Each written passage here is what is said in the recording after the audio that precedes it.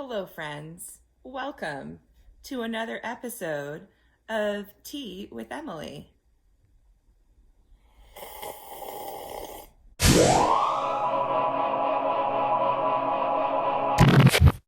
What's filling me up today is coffee, not tea. So, for this mug, because it says coffee, I thought I'd be drinking coffee. And the story behind this mug is I was at a time of transition and uncertainty, and a friend and I were at Target, and I wasn't feeling very confident. And so it says coffee in one hand, confidence in the other. And so it was an opportunity for me to figure out how to, oh, hey, Frankie, how to be,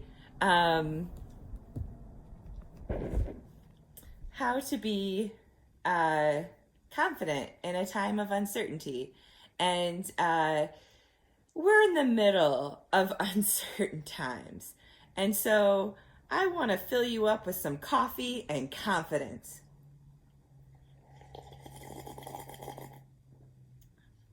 So what's filling me up today was actually a reflection that I wrote and gave to a group of sisters.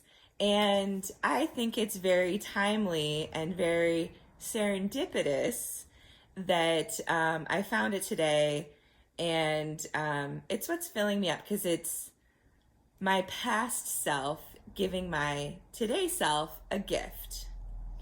And the title is Holiness is Serendipity. Good evening. I am grateful for the opportunity to share a few words with you this evening about holiness, serendipity, and joyful expectation. Let us contemplate anew Romans chapter 8. There's serendipity right there. Last time I talked about Romans chapter 8. This is a little bit later in the chapter. Creation awaits with eager expectation the revelation of the children of God. We know that all creation is groaning in labor pains even until now. And not only that, but we ourselves who have the first fruits of the Spirit, we also groan within ourselves as we wait for adoption, the redemption of our bodies. For in hope we were saved. Now hope that sees for itself is not hope. For who hopes for what one sees? But if we hope for what we do not see, we wait with endurance. St. Paul knew what was up. Just saying. Lent is a time of preparation, hopefully internally. Sometimes our living spaces transform as spring begins, but hopefully we spend the same kind of effort unpacking and preparing internally. Our communal preparation for Easter time is once again the focus on the second coming of Christ. Christ is risen. Are we ready for Christ to come again? Are we ready? I'm not sure I'll ever be fully ready. The apostles and early church were expecting the second coming imminently. Do we live with that same sense of expectancy? Maybe we do now because COVID. The images of the second coming, including in the book of Revelation, can be quite dark. Why would we want that? Sure, let's be ready, let's prepare, but what about Christ? Is Christ light in the darkness? Aren't we supposed to model light in the darkness? This is where holiness as serendipity comes in.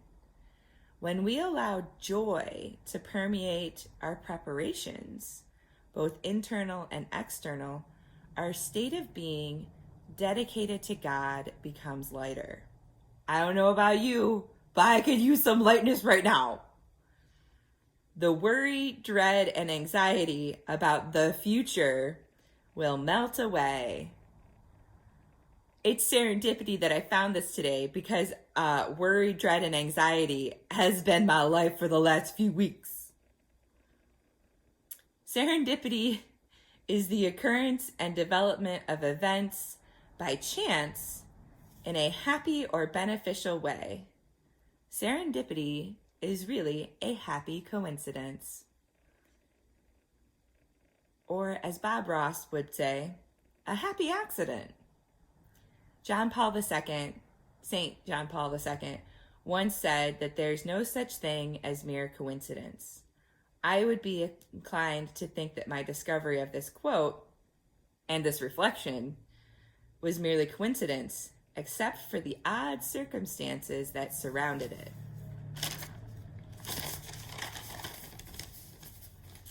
There are times when our experiences cannot be dismissed as coincidence.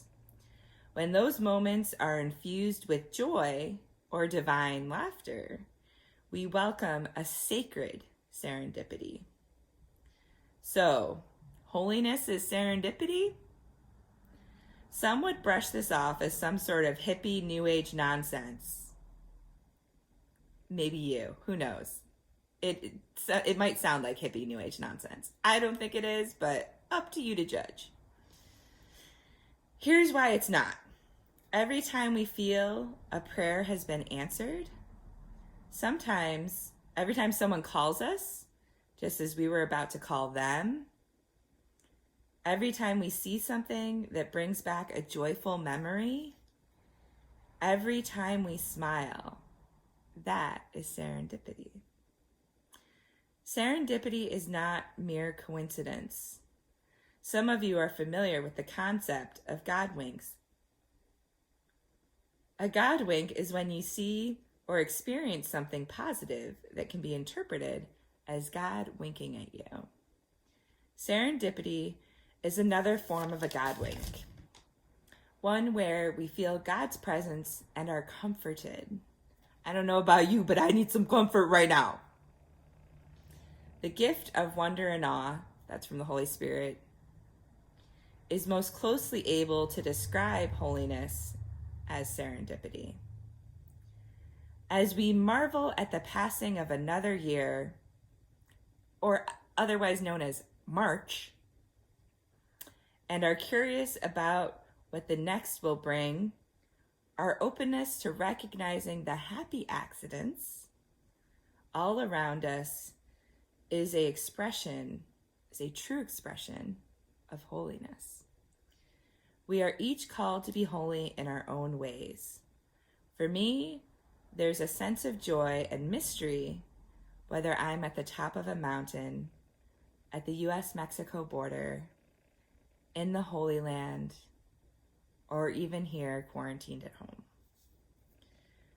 With joyful mystery and an openness to serendipity, I await the unexpected, open to how God will move and change me as needed.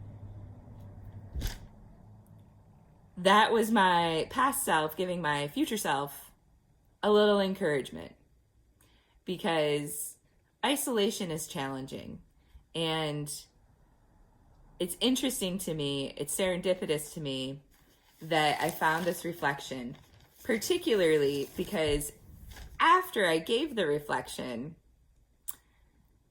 one of the sisters was laughing, and it's because she knew that the person who asked me to give the reflection misread it, and it was supposed to be holiness is serenity.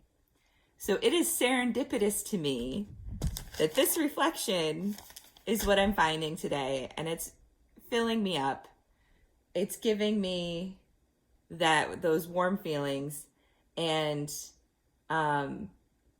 confidence as we await what is next in these uncertain times is what we really need. So find what's filling you up. I'm drinking Sisterhood Solidarity Fair Trade coffee, and reminding myself of a good friend who was with me when I got this mug at Target. But again, each mug has its own stories.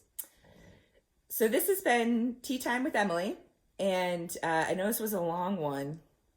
Hopefully you stuck through it. And if you are interested, please share what's filling you up, and what kind of, even if it's like hot cocoa, what beverage is filling you up right now, because um, we all need to share something. So share a cup of coffee, share a cup of tea, connect virtually, so that you remember you're not alone. A lot of you are with family, so set aside some family time, to share a cup of what's filling you up.